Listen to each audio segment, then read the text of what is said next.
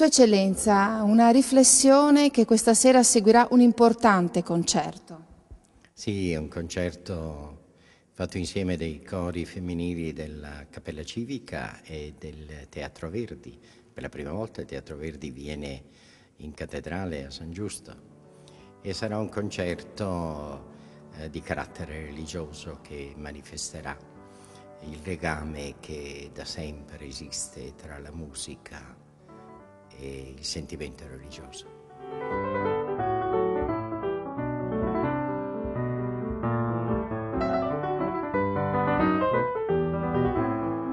Io credo che dobbiamo andare verso questa direzione, cioè gli steccati anche tra le istituzioni, eccetera, anche tra le istituzioni culturali non servono molto, non servono a nessuno.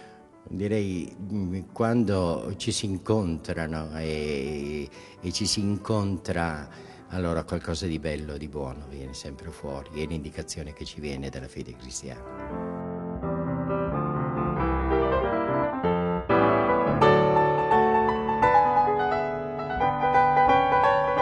Grande opportunità per la cittadinanza di Trieste questa.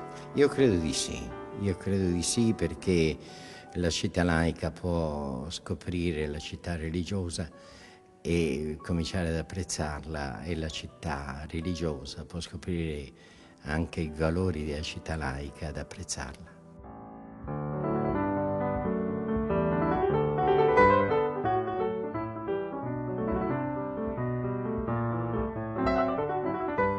Eccellenza, ci dona qualche piccola anticipazione della sua riflessione che seguirà il concerto? Parlerò di 4 grandi della musica: Mozart, Chopin, Pergolesi e Schubert, geni della musica, morti tutti giovanissimi.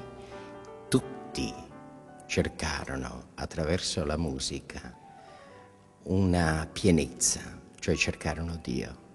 Questo è il senso di questi 4 straordinari musicisti che proporrò alla riflessione e all'attenzione dell'uditorio questa sera.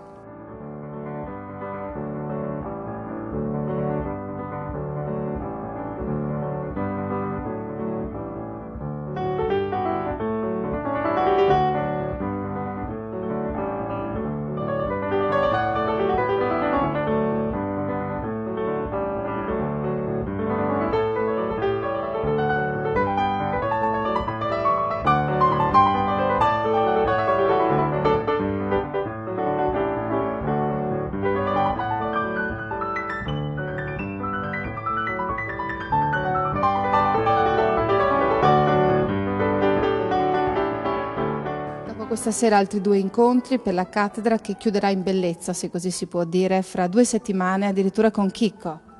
Sì, ci sarà la prossima settimana Monsignor Negri che continuerà le nostre riflessioni sul Cristo, però nella proiezione anche del rapporto con l'umanità di oggi, e poi, come dice lei, chiuderemo in bellezza con Chicco, il quale verrà il 25, domenica 25 qui a Trieste, dove radunerà tutti i giovani dell'Alta Italia, della Croazia, della Slovenia e della Polonia per un incontro che sarà, io penso che arriveranno 10.000 giovani, sarà una cosa di grande rilievo, di grande spessore. E lui il 27 alla sera in cattedrale darà la sua testimonianza personale sul Cristo. Sarà una cosa bella.